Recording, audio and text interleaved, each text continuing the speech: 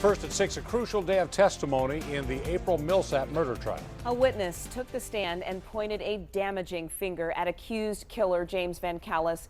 But the introduction of DNA evidence may leave room for doubt. 7 Action News reporter Anu Prakash is live in Mount Clemens with our top story after covering the trial all day. Anu? Well, Stephen, along with that testimony, jurors got to see inside James VanCallis' home as well as some of the evidence that was gathered. Here's a look at what investigators saw as they executed a search warrant at James VanCallis' home on July 30th, 2014, 6 days after prosecutors say he murdered April Millsap along the Macomb Orchard Trail in Armada. Jurors were shown pictures of a computer, trash outside, along with 3 shoes, and this, what prosecutors say is VanCallis' helmet.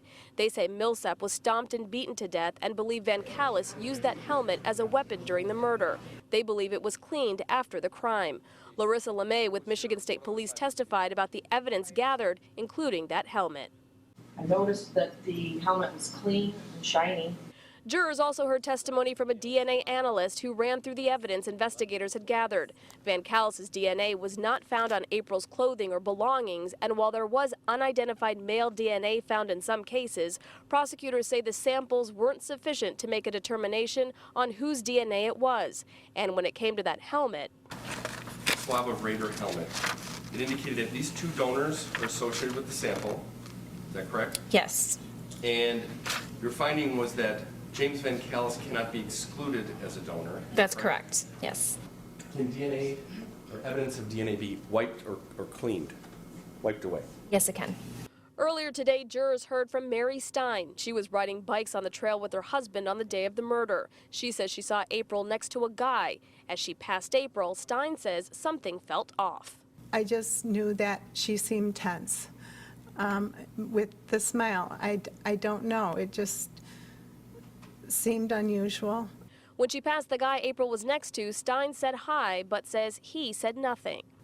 He had an angry look on his face, and he looked down. Stein's testimony is important for the prosecution because she says she saw his face and he was not wearing a helmet.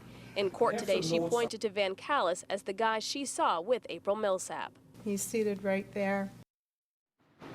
Now, the defense attorney did challenge Mary Stein on some statements she had made earlier, but she says she is still certain that it was James VanCallis that she saw on the trail that day with April Millsap. Now, testimony will continue tomorrow morning, and first up, we're going to hear from an investigator we are told is going to be testifying about internet searches James VanCallis did on his phone and his computer. That testimony resumes at 9 o'clock tomorrow morning. Live in Mount Clemens, Anu Prakash, 7 Action News. Anu, thank you for that.